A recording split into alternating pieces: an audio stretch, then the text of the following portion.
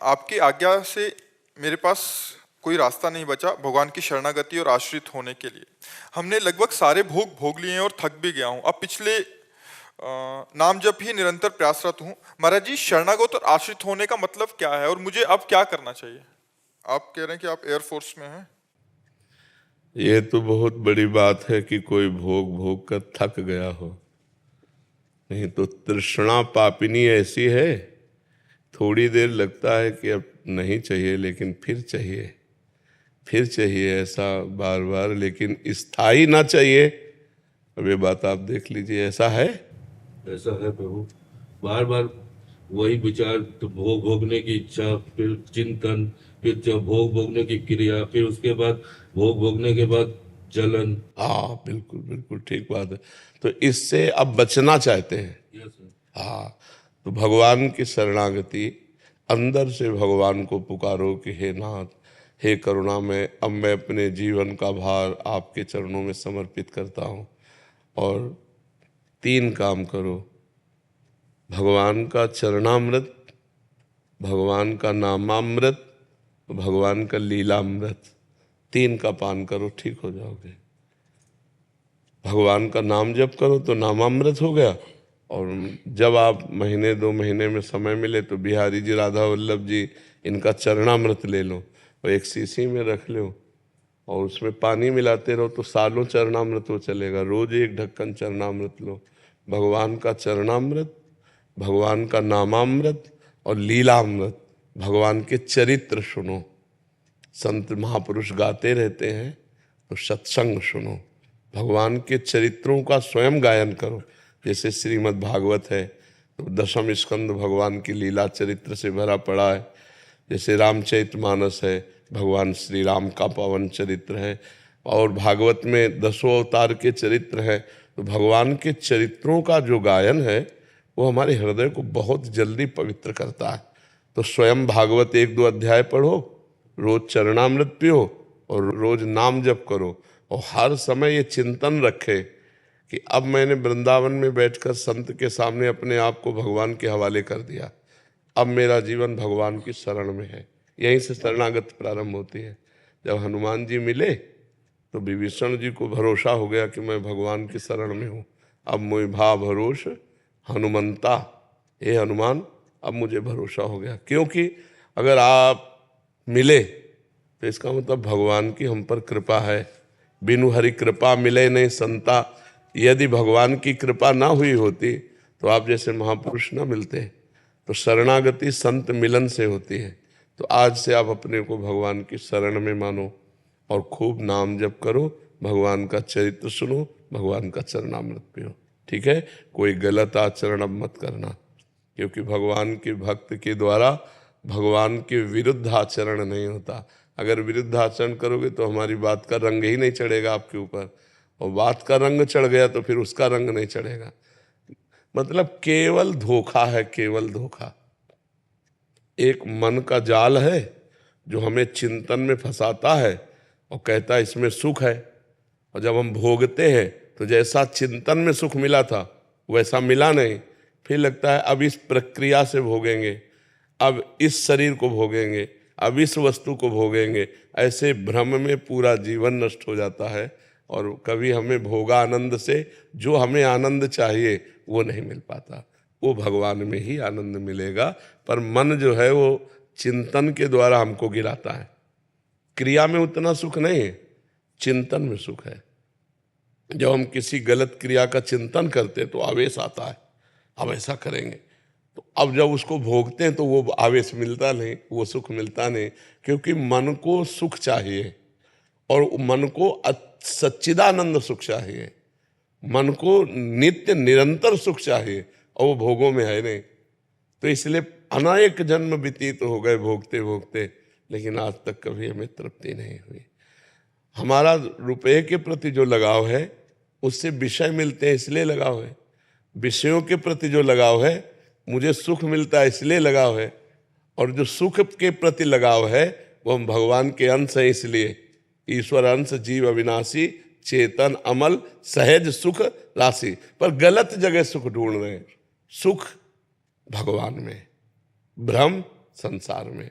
तो अब आज से सुधार शुरू कर दो, ठीक है। अशोक कुमार जी, लुधियाना, पंजाब से। राधे राधे महाराज जी।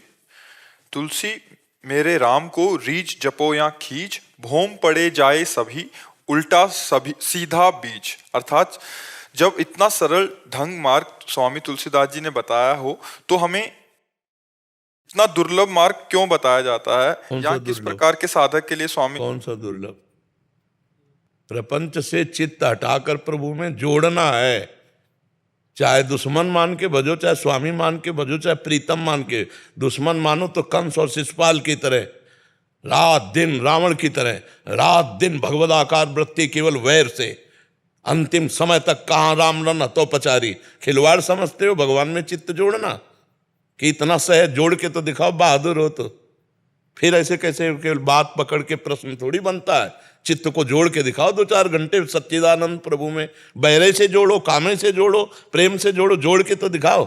केवल बात पकड़ लेने से थोड़ी होती। जोड़ा चित्त, खींच भजो चाहे रीझ, तो भजन का मतलब समझते हो? एक भी वृत्ति संसार की स्फुरित न होने पावे, हर समय भगवदाकार। कंस को सोते जागते उठते बैठते कृष्णाकार वृत्ति, गोपियों की कृष्णाकार वृत्ति, वो भज नहीं प्रेम से, मुरारी पादार्पित चित्त वृत्ति। ठीक वैसे ही वृत्ति कंस की है, लेकिन वो द्वेष से भज रहा है, इसलिए उसे परमानंद की अनुभूति नहीं हो रही। वो प्रेम से भज रही तो हर समय परमानंद में विकल है।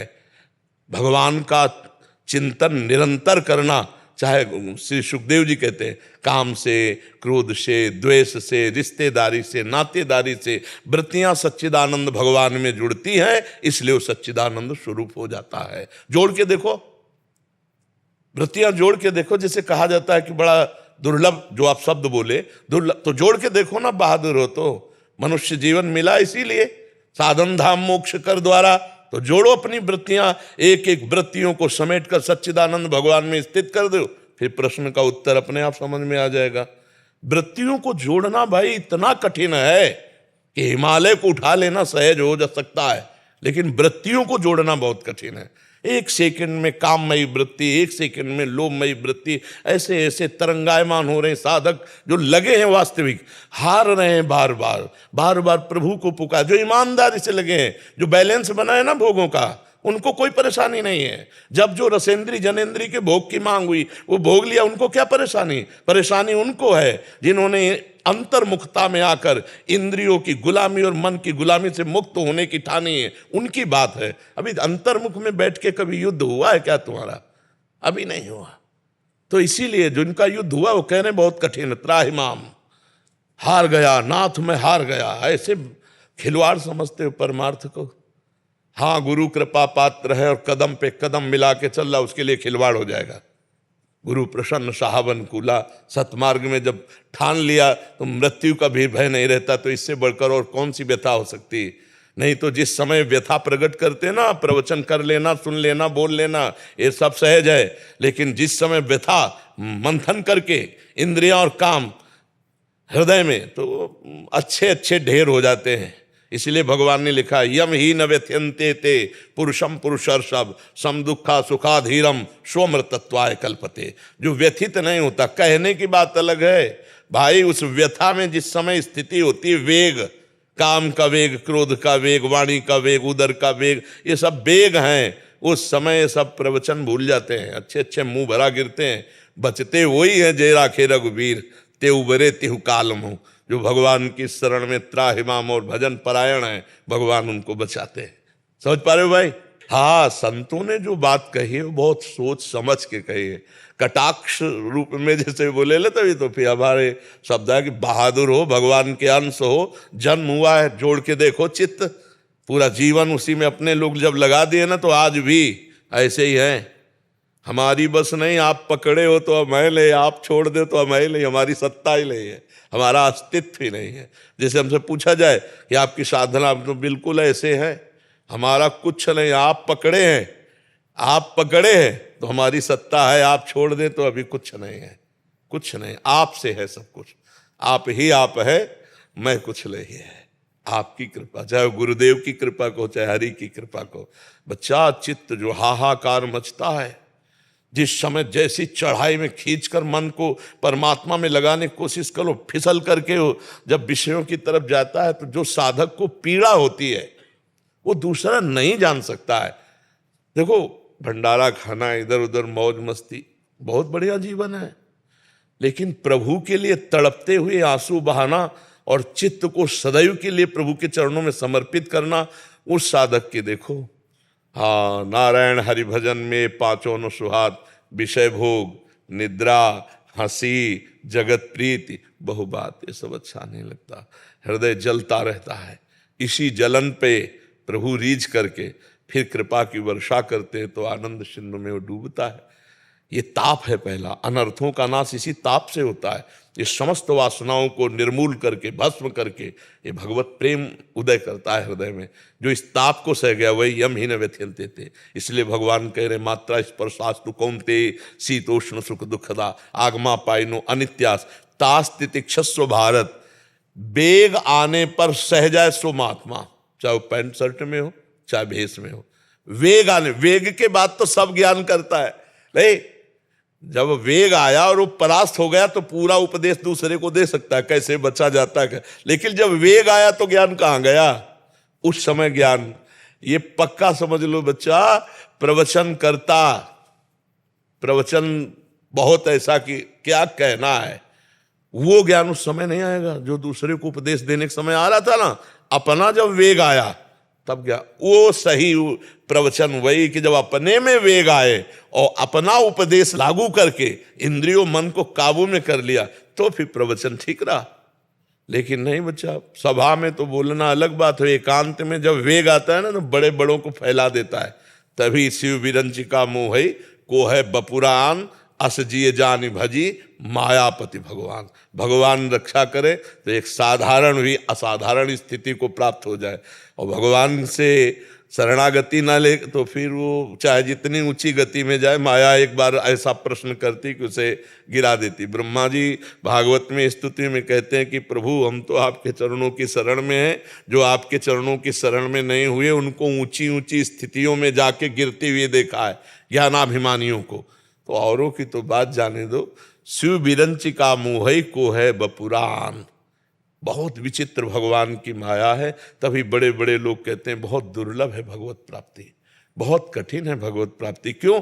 अब पूरे जीवन चित्त को संभाल कर परमात्मा में स्थापित करना, निर्विषय करना, निर्विकार होना।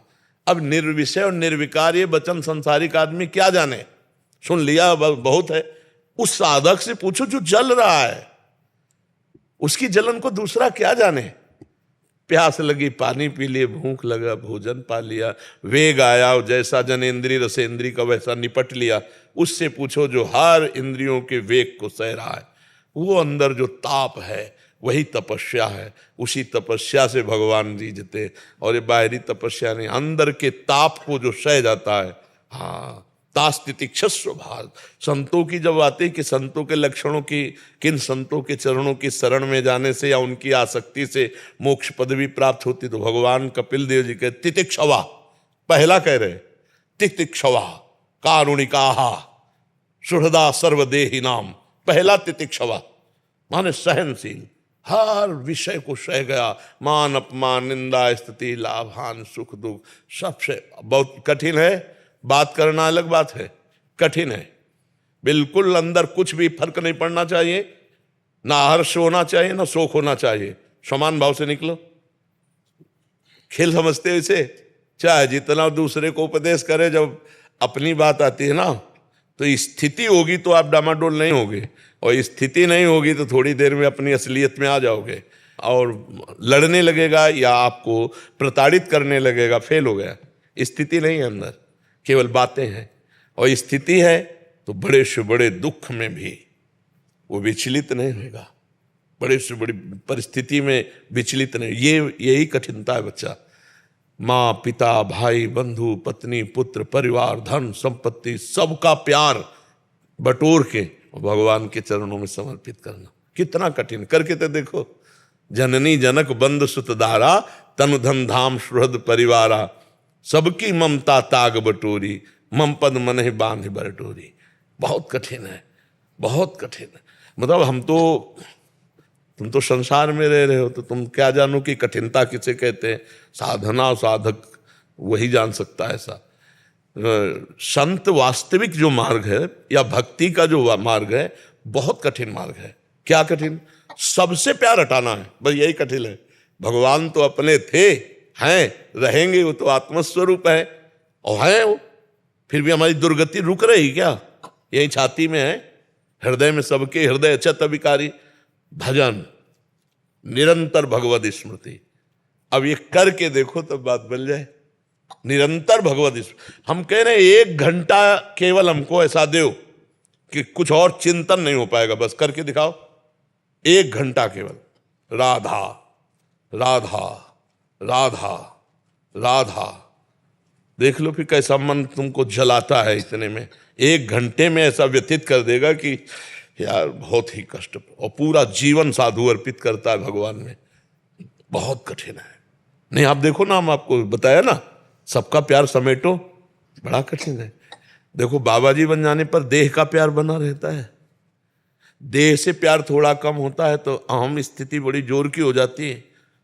साप वरदान क्रोध मान सम, बहुत अंदर बच्चा, पूरा साम्राज्य है, जीतना है। पूरा साधक जीवन भर लगा रहता है इस पर विजय प्राप्त करने के लिए। त्रिगुणात्मिका माया पर विजय प्राप्त करके गुणातीत स्थिति प्राप्त करना बहुत कठिन है। ये गुरु कृपा से, भगवान की कृपा से और स्वयं की कृपा से, स्वयं भी अपने ऊपर कृपा करे कि हमारा उद्धार हो जाए, तब इस पर चला जा सकता है। लेकिन बहुत कठिन है बच्चा।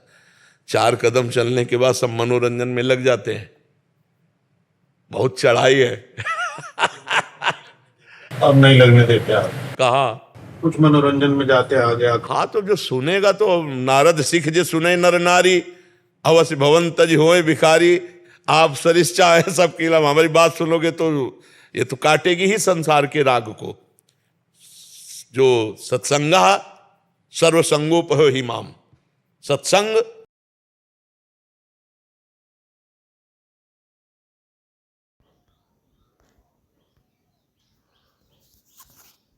सिंहासन बत्तीसी 31वीं पुतली कौशल्या की कहानी। राजा विक्रमादित्य वृद्ध हो गए थे तथा अपने योग बल से उन्होंने यह भी जान लिया कि उनका अंत अब काफ़ी निकट है। वे राजकाज और धर्म कार्य दोनों में अपने को लगाए रखते थे। उन्होंने वन में ही साधना के लिए एक आवास बना रखा था। एक दिन उसी आवास में एक रात उन्हें अलौकिक प्रकाश कहीं दूर से आता हुआ मालूम पड़ा। उन्होंने गौर से देखा तो पता चला कि सारा प्रकाश सामने वाली पहाड़ी से आ रहा है। इस प्रकाश के बीच उन्हें दमकता हुआ सुंदर भवन दिखाई पड़ा। उनके मन में भवन देखने की जिज्ञासा हुई और उन्होंने काली द्वारा प्रदत्त दोनों बेतालों का स्मरण किया। उनके आदेश पर बेताल उन्हें पहाड़ी पर ले आए और उनसे बोले कि वे इसके आगे नहीं जा सकते। कारण पूछने पर उसने बताया कि उस भवन के चारों ओर योगी ने तंत्र का घेरा डाल रखा है तथा उस भवन में उसका निवास है। उन घेरे के भीतर वही प्रवेश कर सकता है जिसका पुण्य उस योगी के बराबर या उससे अधिक हो। विक्रम ने सच जानकर भवन की ओर कदम बढ़ाए तो वे देखना चाहते थे कि उनका पुण्य उस योगी से अधिक है या नहीं। चलते चलते वे भवन के प्रवेश द्वार तक आ गए। एकाएक कहीं से चलकर एक अग्निपिंड आया और उसके पास स्थिर हो गया। उसी समय भीतर से किसी का आज्ञा भरा स्वर सुनाई पड़ा। वह अग्निपिंड सरककर पीछे चला गया और प्रवेश द्वार साफ हो गया। विक्रम अंदर घुसे तो कहीं वही आवाज़ उसे उनका परिचय पूछने लगी। उसने कहा कि सब कुछ साफ साफ बताया जाए, नहीं तो वह आगे आने वाले को श्राप से भस्म कर देगा। विक्रम तब तक कक्ष में पहुंच चुके थे और उन्होंने देखा कि योगी उठ खड़ा हुआ। उन्होंने जब उसे बताया कि वे विक्रम आदित्य हैं तो योगी ने अपने को भाग्यशाली बताया। उसने कहा कि विक्रम के दर्शन होंगे या आशा उसे नहीं थी। योगी ने उनका खूब आदर सत्कार किया तथा विक्रम से कुछ मांगने को बोला। राजा विक्रमादित्य से उससे तमाम सुविधाओं सहित वह भवन मांग लिया। विक्रम को वह भवन सौंपकर योगी उसी वन में कहीं चला गया। चलते चलते वह काफ़ी दूर पहुंचा तो उसकी भेंट अपने गुरु से हुई। उसके गुरु ने उससे इस तरह भटकने का कारण जानना चाहा तो वह बोला कि भवन उसने राजा विक्रमादित्य को दान कर दिया है। उसके गुरु को हंसी आ गई। उसने कहा कि इस पृथ्वी के सर्वश्रेष्ठ दानी को वह क्या दान करेगा, और उसने उसे विक्रम के पास जाकर ब्रह्मा रूप में अपना भवन फिर से मांग लेने को कहा।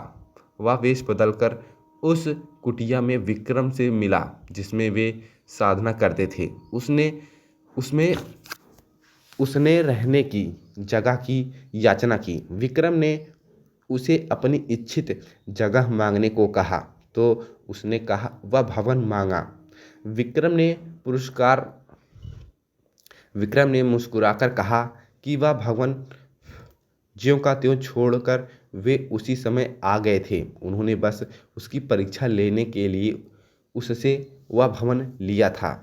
इस कथा के बाद 31वीं पुतली ने अपनी कथा खत्म नहीं की।